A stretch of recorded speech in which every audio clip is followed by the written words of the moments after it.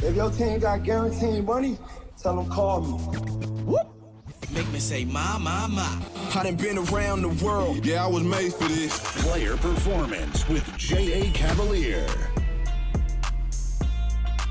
Welcome back to another episode of Player Performance. I am your favorite capper's favorite capper, J.A. Cavalier. Go ahead, smash the like button, thumbs up. As always, appreciation is appreciated. If you're new to the channel, welcome. Now go ahead and subscribe. We do this every week. We do this every day. We do it for free. We do it for the community. We do it out of love. We love you guys. And all we want to do is help make you guys smarter players. We're going to break down the entire NBA card tonight for October 24th. It is Thursday. We are locked. We are loaded. We are ready to roll. We have the Boston Celtics traveling to the Washington Wizards. Celtics laying 12.5. Total at 234.5. So pretty much worst versus first. Naturally, this line is 12.5. Celtics off a blowout over the Knicks.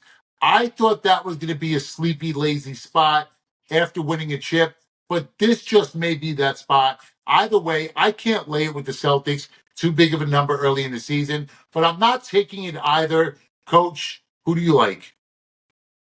Well, I'm kind of along the same lines. 12 and a half is just too much. I can't see it. But I do have a play, and I think it makes sense. What I'm worried about is Boston taking their foot off the gas late. You know, they're going to go up big. Their starting five is just, I mean, that's probably the best lineup in basketball. And Washington just doesn't compare. I mean, you know, flip a coin and try to name a dude that plays for the Wizards, right? Insightful as always, Coach. Thank you. Yeah. So anyway, to go back to the Boston starting five, you know, those five guys are going to play the majority of the first quarter, you know, so kind of like the Knicks game, you know, they jumped out big. They were up by 19 at the end of the first quarter. Of course, they shot the lights out. I don't know if they'll shoot that well, but, you know, they're a pretty good shooting team as well. So I actually trust Boston to play well early. I'm going to play them in the first quarter because the number makes more sense. So give me Boston minus 4.5 in the first quarter. 4.5 is typically a number that I don't like to lay in the first quarter. I like to usually get that under a bucket. I'm going to lean Celtics team total over, and they are over 123.5. So that's 123.5. The number is big. I get it. But that's the only way I could look in this game. Celtics put up 132 on Tuesday night versus the Knicks. Tonight, they're going to face what's the worst defense in the NBA. When we go back to 1-2-3, that's 123 points per game. That's how much the Wizards gave up per game last season. So now they add Alex Sarr through the draft, right? He's going to be in the starting lineup, supposed to be the new stud in the system. But is that really going to help defensively? Tatum put up 37 on Tuesday in 3 games against Washington last year. Tatum put up at least 30 plus in each of those games. Expect another big game from Jason Tatum and the rest of the Celtics. I actually think they cruise to 123, and then you're going to see the back end of the bench. So Coach is on the Celtics first quarter laying the 4.5. I am on the Celtics team total over the 123 tonight. Look for a nice little SGP. Amen. Spurs at the Mavericks. The Mavericks are laying 7.5. The total here is at 229.5. So Western Conference champions, Dallas Mavericks back in action tonight. Luka, Kyrie, new addition Klay Thompson. Notice how I say Western champ. Couldn't seal the deal, of course. Wemby now in his sophomore season, second year for Slender Man. Projections are so high. Some on this show feel too high, mainly me. But 7.5, 8 is a pretty fat number. Shark, you gonna lay it or you gonna take it? Taking the points here tonight. You said Slender Man. Slender Man said, "Hey, I got 25 more pounds put on in the off season here." And truthfully, I think that's a snapshot to the upward movement expected for the Spurs this year. 22 and 60 straight up last year, but situationally very efficient late season, very competitive, significantly improved, and of course, incredibly well coached with the legend Greg Popovich. And I think some offseason acquisitions for the Spurs really going to help them. Harrison Barnes, year 10, year 11, ex-champ with the Warriors, very representative Western Conference player for the Kings most recently, will bring a championship mentality to this team and veteran leadership. And speaking of veteran leadership, how much better can it get than 39-year-old Chris Paul? Hate him or love him, he's the type of guy you want to have on your side. He's a player coach. He knows the refs. He knows the ins and outs. This team will improve in their competitive quality because of Chris Paul. And you mentioned it. Klay Thompson to the Mavs. A lot of moving parts. The Mavs already pretty notorious with Jason Kidd and Luka Doncic for coasting early season games as a heavy favorite. I think Klay is disruptive early season. He didn't look great last year with the Warriors. He is past his prime. I think this will go south before it goes north. And speaking of going north, this is very similar to the Detroit handicap yesterday. Last year in this division, Dallas dominated. 4-0 straight up, 3-1 ATS, 2 home blowouts by over 25 points per game. And now the line coming down to 8.5, suggesting a tight game. I have Dallas to win this game at most by 6 points. Both teams opening up tonight. It will be 6:30 Central Time. Remember that as well. Will hurt the home team. Take the Spurs at plus 8.5, and let's cash this one. Yeah, I kind of tend to agree. I mean, 8 is a pretty fat number. I would have to take it. And it also goes with my under 229.5. Mavericks did add Klay Thompson. It's hard to say it was really an upgrade, right? May take a minute for him to get acclimated, Mavs to gel.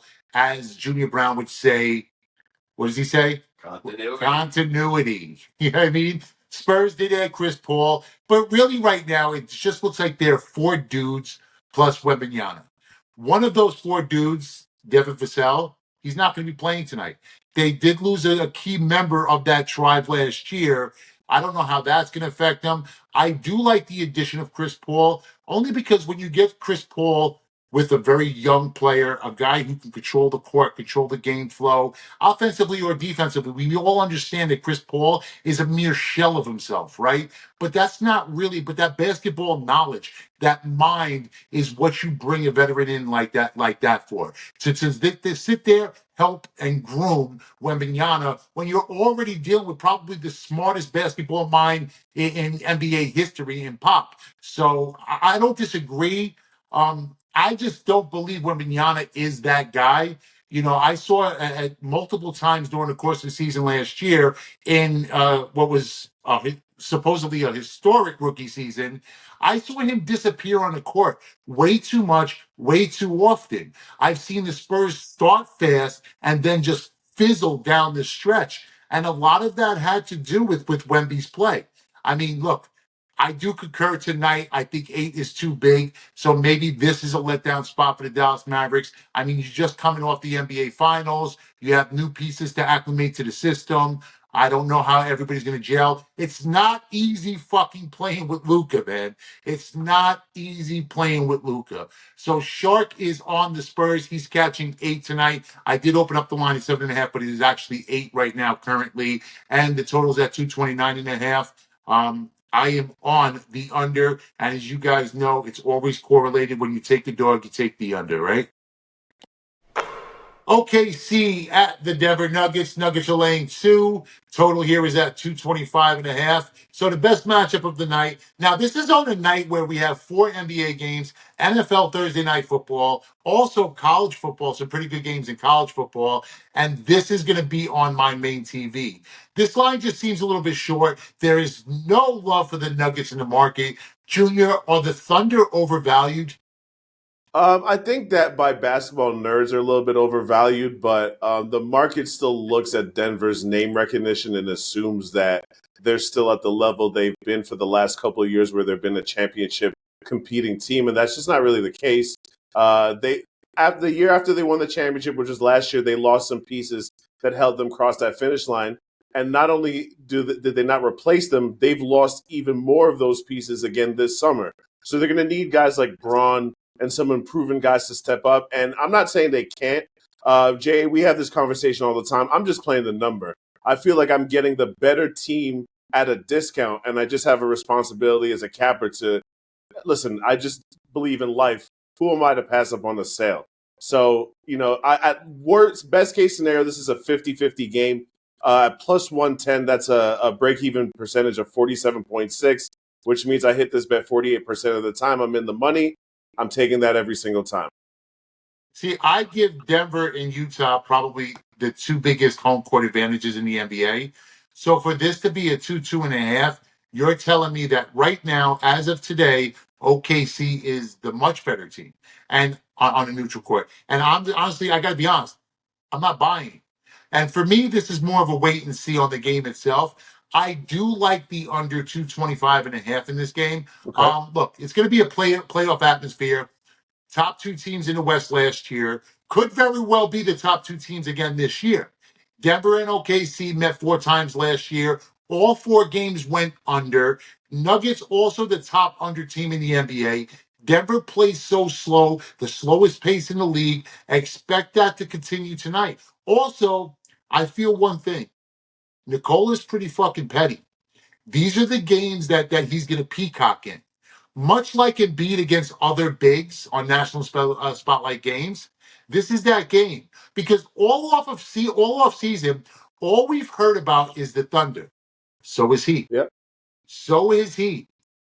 If I was going to get to decide it all, I would have to take Denver. I'd have to take a money line. And you do know the one spot that continues to fucking pay cash cow year in, year out, game in, game out, the Denver Nuggets first quarter. That's Oh, where yeah. I would look to play them.